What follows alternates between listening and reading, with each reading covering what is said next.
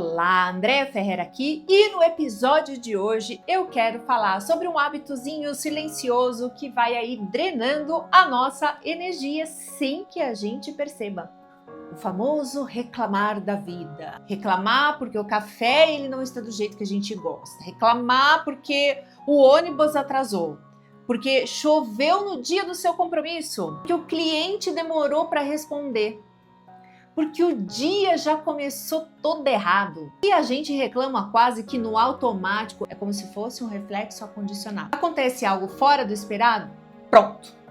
A insatisfação toma conta. Mas deixa eu te fazer uma pergunta assim bem sincera.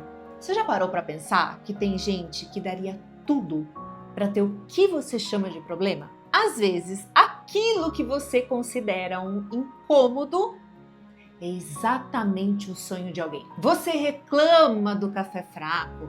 Tem gente que acorda sem saber se vai conseguir tomar qualquer líquido, gente, qualquer café. Você reclama do trabalho, mas tem gente implorando por uma oportunidade. Você reclama da casa pequena e tem gente que daria tudo por um teto, ainda que fosse simples. Tem mãe que deixa de comer para alimentar o filho.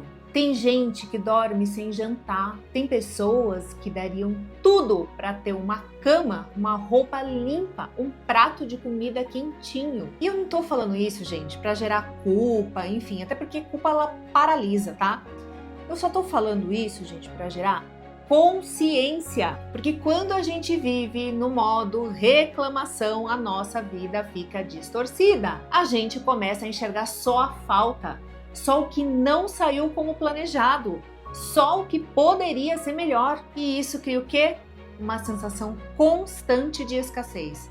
É horrível. A mente passa a operar no não é o suficiente. Não é suficiente o salário, não é suficiente o relacionamento, não é suficiente a casa, o corpo, a vida.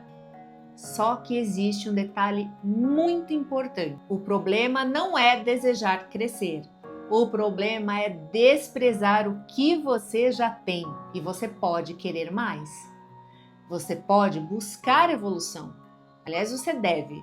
Você pode ter ambição.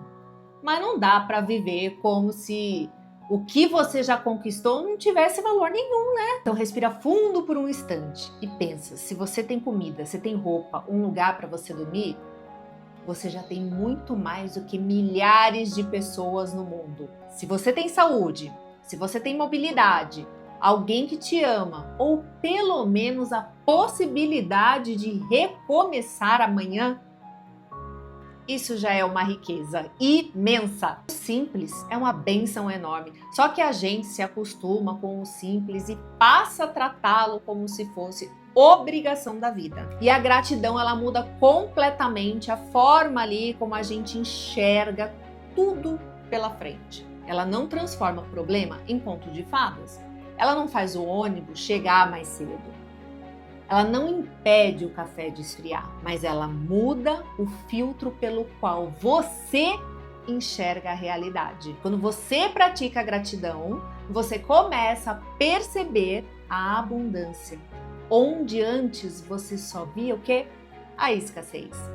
Você começa a valorizar o processo, as pequenas vitórias, os detalhes que antes passavam ali, despercebidos.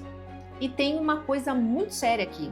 Quem não reconhece o que tem, nunca vai ser feliz com o que conquista. Porque a insatisfação constante, ela não está nas circunstâncias, ela está na postura interna. Então, se você não consegue agradecer pelo básico, dificilmente você vai agradecer quando você tiver ali um extraordinário. E uma pessoa grata, ela vive com mais leveza. Ela enfrenta dificuldades? Sim, mas ela não perde a capacidade de reconhecer o que ainda está funcionando. Já a pessoinha lá ingrata, ela tende a viver num vazio permanente, porque nada é suficiente, nada é bom o bastante, nada satisfaz. E viver assim, gente, é uma prisão. É uma prisão invisível. Você pode até ter metas, sonhos, planos grandes, mas aprenda a celebrar o que já está nas suas mãos hoje. Copo d'água, o banho quente, a mensagem de alguém que lembrou de você, o prato de comida na mesa, o fato de você estar ouvindo este episódio agora.